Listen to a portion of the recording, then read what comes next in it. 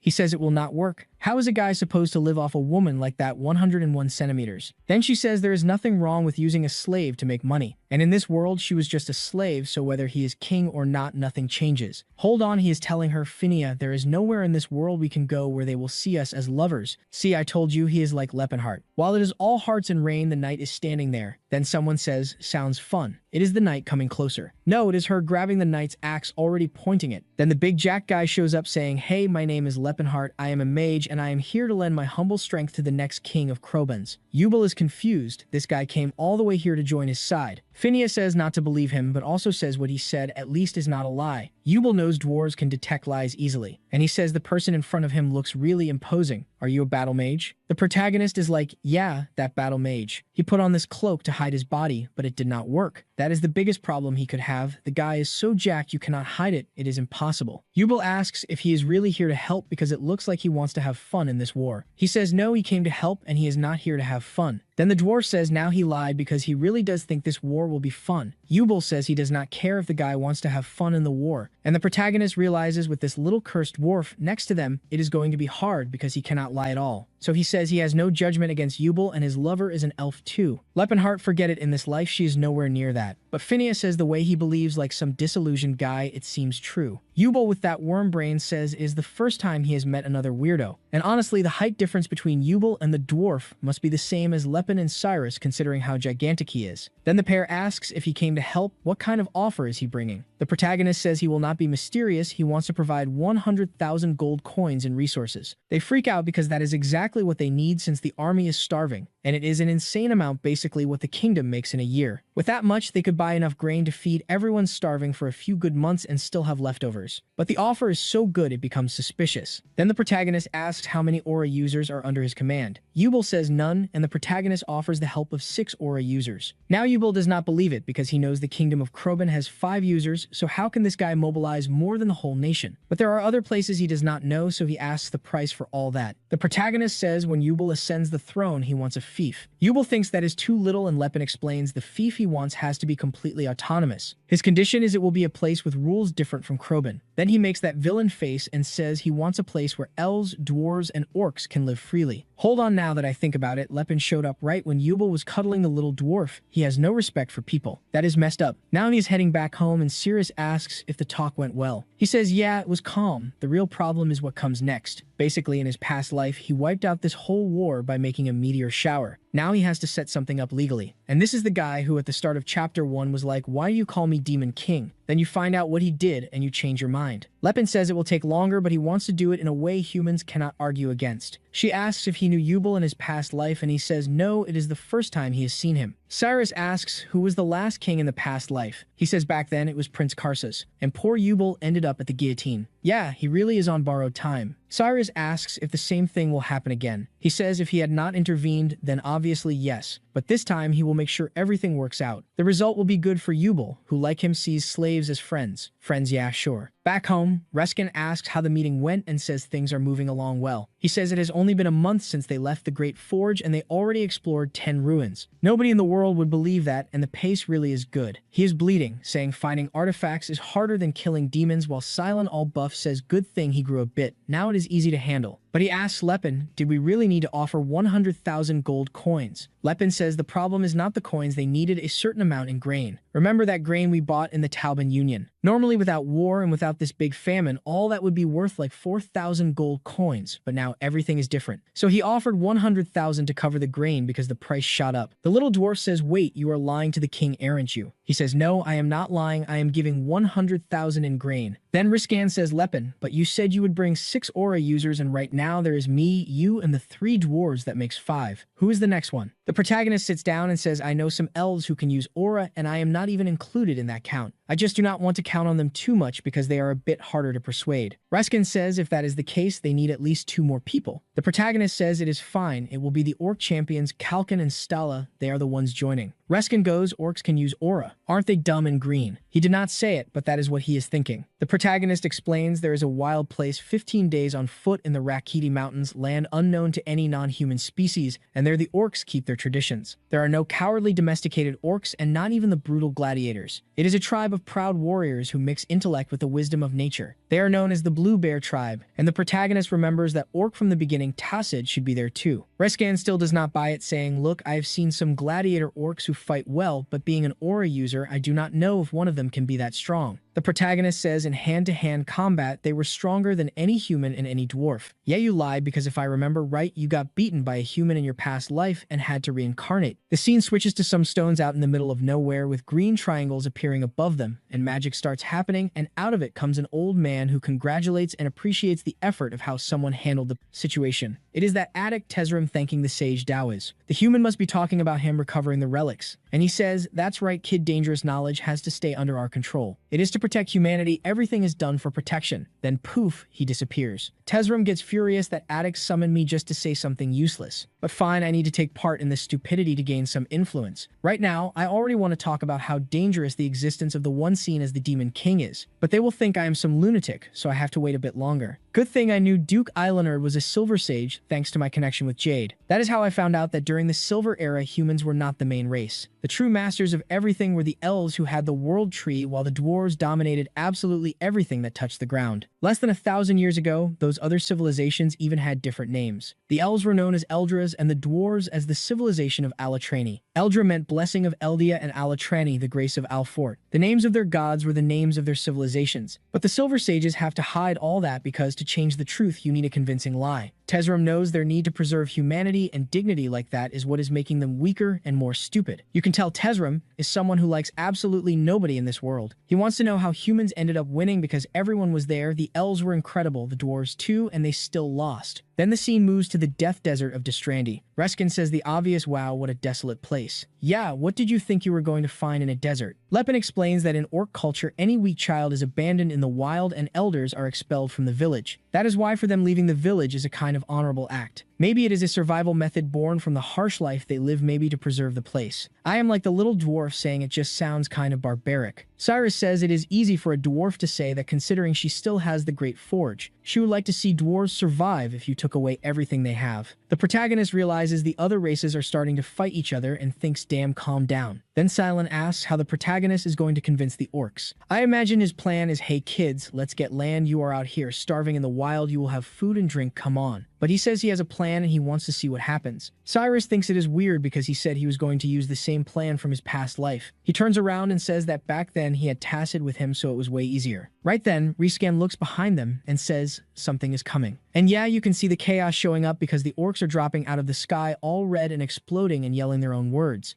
Reskin asks what they are saying, and he goes, they are saying this is Orcland, kill all humans. The protagonist tries to use his technique like Spirit of the Blue Heart Noble Warriors, but the creatures keep coming like those heat apocalypse zombies. Reskin is like, I do not think they are trying to talk this time. The first one swings an axe at Cirrus, and she does this crazy flexible hop and slips out of the hit. The little dwarf blocks too. Reskin goes, damn, we really have to fight, but he's getting smashed anyway. He already took 3 to the chin. The protagonist is there like, boom, boom, one less, and he says, yeah, they really are formidable, it is insane. It is just a shame that orcs have one critical weakness. He starts casting abyss sand magic, and with a snap, he throws out a mass sleep. And then all the orcs just drop asleep. Seelan is standing there confused like, wait, it worked instantly like that. Sleep magic is kind of useless in combat, is it not? The protagonist explains that is exactly why even though they are amazing in a fight, the orcs lost to humans. Their magic resistance is really low. Silence says, hold on, but if that is their weakness, then they are kind of useless. The protagonist asks, sure, but what if you, Silent, for example, cast mental protection on them? Silent says, well, then it might work. And the protagonist says, yes, that is what you are not getting. The ones who attacked are not even tribal warriors, they are just regular citizens. The real warriors went out hunting creatures. These are just patrol orcs who hang around watching. Rescan looks at one of them sleeping all cute and goes, what the hell, this guy is not even a warrior. And the protagonist says the ones he was waiting for just showed up. Rescan gets tense when he sees the real crew arriving. And I cannot stop thinking these orcs look exactly like those orcs from Wu Blood, you know, from that Lich Orc cave, and those Fire Apocalypse ones too. And it is like, yeah, they are all red barbarian orcs, what did you expect? Saying they all look the same is like saying every elf is the same because they have pointy ears. In front of everyone there is a man in a cloak saying this is our land, no humans allowed. Then Lepin comes in with his speech like, warrior of the spirit of Obro, I came here to forge a bond with you. The guy answers, a bond. Humans are deceivers and liars, I do not trust you. Fair. Lepin says he understands and that is why he wants to prove his innocence. The guy says that is impossible, so what is the trick this time, human? So the protagonist says to the noble warrior, a true spirit shows itself through the sword, and to prove sincerity he proposes a combat ritual. It is a ceremonial tradition they do when forming alliances between orcs. They respect strength, so nothing beats a test where you prove your strength to each other. Lepin knows the orc mindset is basically the weak cannot oppose the strong and cannot become strong, so you have to trust the strong. If you are going to follow someone who will not let you die, which makes sense. The only problem is getting them to accept a combat right with humans, but he is offering a fight and the orcs are already smiling saying this human knows the perfect tradition. They accept and they want to see blades clash. The protagonist is like, wow, they accepted with more hype than I expected. The girls are like, what? And it is like, of course you said orcs love a brawl. Rasquin asks, Lepin, you fighting is fine, but do Ceres and Tila have to get involved? Lepin says get ready because there is no gender discrimination. Then Lepin is all nervous, like, do I have to fight too? The protagonist says, no, relax, you are not the warrior. That was brutal. I thought he was about to suffer in the next scene, but nope.